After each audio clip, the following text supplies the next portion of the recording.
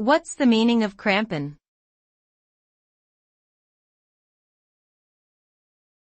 Crampon.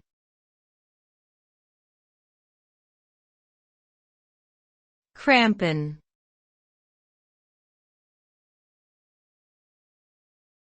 Crampon.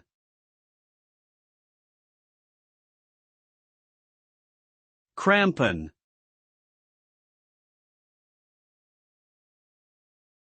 A crampon is a traction device that is attached to the soles of boots or shoes used for climbing and hiking on ice and snow.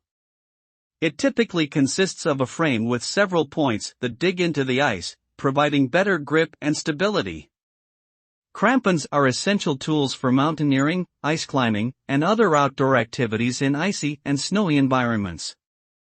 They help users maintain balance and prevent slipping and sliding on slippery surfaces.